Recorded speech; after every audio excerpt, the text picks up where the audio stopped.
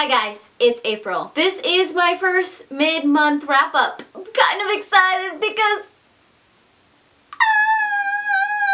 yeah, I managed to get engaged this Friday the 13th because Friday the 13th are pretty much my favorite day on the planet. And so my boyfriend, now fiance, did it right, proposed in a bookstore, and yeah, so there's gonna be some crazy planning coming up. Lots of crazy planning. So there's that. That is probably the biggest wrap up of the last 2 weeks. Right there in a nutshell. That isn't the only big thing that I have been working on. I don't know if you can really call me working on that one, but we're gonna go with that anyways. I also got a chance to color in the traveling coloring book that has been going around. This project was started by Gwen over at Lavender Mud. I will link the project video introduction thing down below and above my head so you can check that out. The past 2 weeks I have gotten to color in a spread in this coloring book and I finally finished it. I have a video up of the whole process, but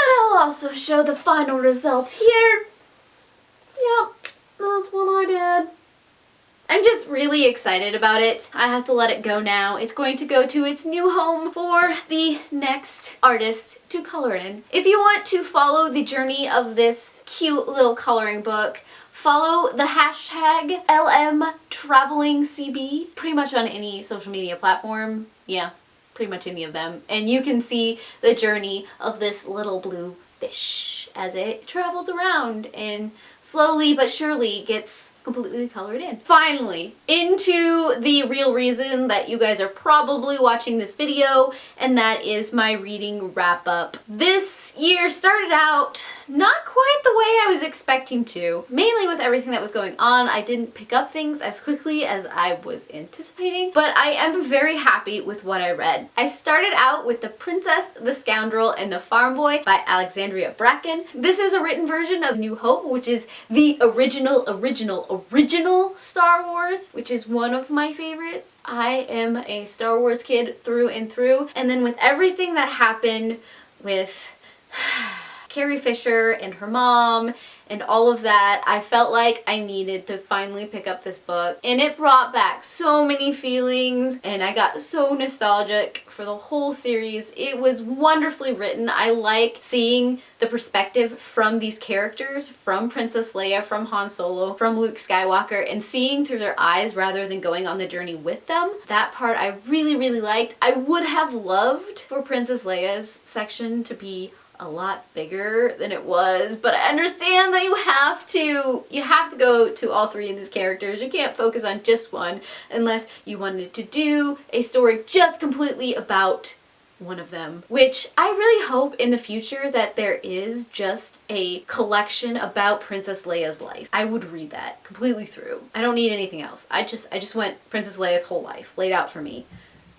Someone do that. And then I picked up Northanger Abbey by Jane Austen. I found this beautiful copy when I was on vacation with my family about, I don't even know how long ago, and I decided it was time to finally read it because I have made it a project at least this month to read as many books that I actually own as possible. So this one got picked up. This is the story of Catherine and how naive poor little Catherine is. She comes out into society for pretty much the first time in her life. She goes to Bath, she meets people, and she has to determine who's actually her friend and who's not. She doesn't pick up on some of these personal nuances like at all. And then she has this huge imagination, so she kind of builds things up in her mind, which I find hilarious, and they're always wrong, of course, and so she has to backpedal a lot. It's a fun read. It's probably not my favorite of Jane Austen's work, but it is very humorous just to see how bumbling she is. I also picked up The String Diaries by Stephen Lloyd Jones. In this story,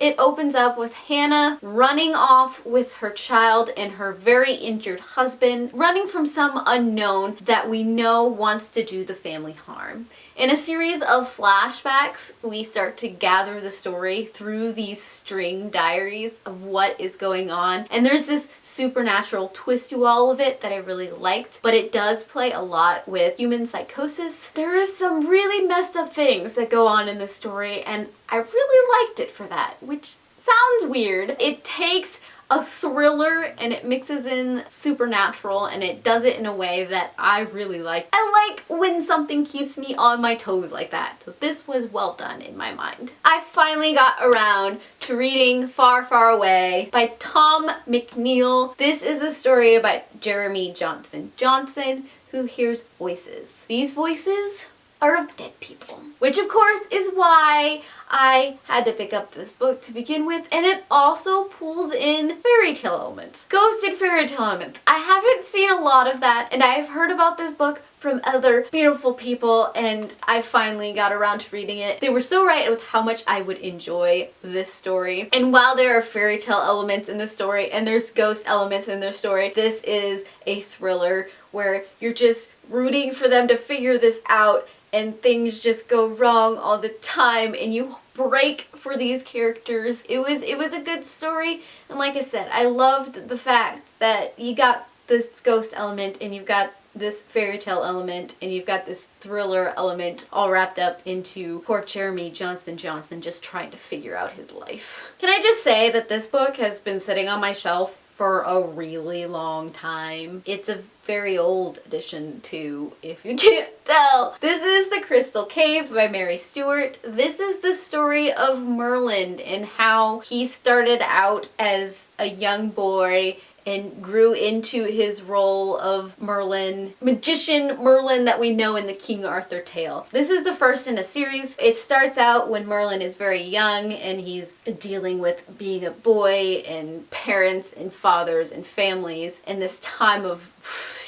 huge unrest. And then it develops into the story of how he helped bring about Arthur. Not necessarily the King Arthur, but the baby Arthur. It takes the Arthurian legend and the Merlin aspect of it, and how Merlin helped do certain events that led up to the conception of Arthur, and it makes it real. It takes out some of the magical elements and puts it into a realistic setting of how this could have possibly happened, which I really like. There's still a little bit of supernatural in the story, but it doesn't lean on it as much as you have come to expect. It was an interesting twist on that legend, and if I can find the next book in this series, I will probably pick it up because I liked the way that this one was laid out. I've been dying to get my hands on this copy of Wool for ever since I finished the actual novelization of Wool. This is a graphic novel. This is actually the whole Wool book, which is humongous, 700, 800 pages, I don't rightly remember, and it's compressed into 100 pages. So I was always a little leery about picking this up because I was afraid of what they were gonna do to the story. And yeah, some of that did happen. For those of you who haven't heard me gush and mumble and moan about the Silo series, this is a dystopian series about people who are living in a silo underground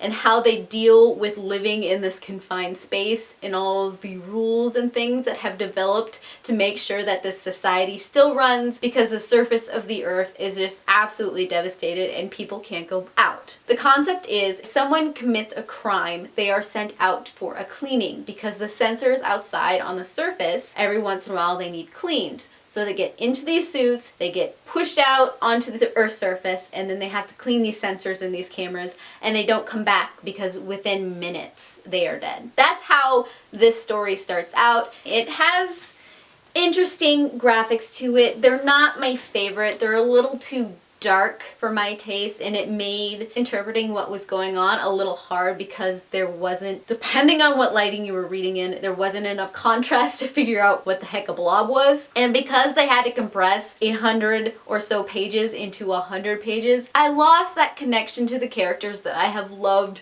so much, and that just made me a little sad. I understand why it had to happen, but I almost wish that they had expanded this out so that it did take up more real estate on pages and things. I don't know.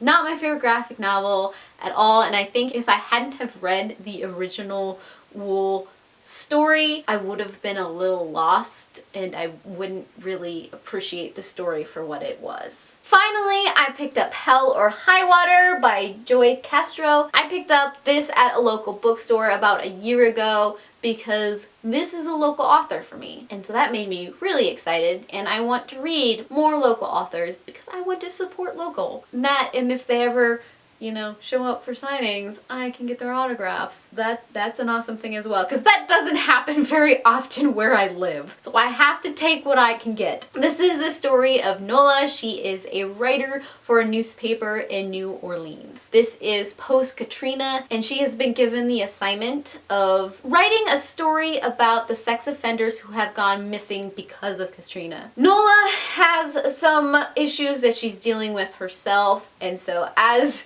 she is figuring out this story and figuring out her life, everything is coalescing into this big gigantic mess, and it's hard to watch, but I did. Because in a weird way, it's like a train wreck that you just can't turn away from. This book goes through a lot of what sex offenders go through when they're rehabilitating, what victims go through when they're trying to get back onto their life, and all of the psychological things that build up. It is hard to read at points because the whole concept is really messed up. It was a very interesting read. At times though, I felt like I was just getting facts shoved into my face about sex crimes and victims and of course rapists and all of that kind of thing. At the beginning, I really did not like Nola as a character, but as the story progressed, I started to put together pieces of why, and I started to understand a little more, and so that made me a little more lenient to her character. I still don't fully like her,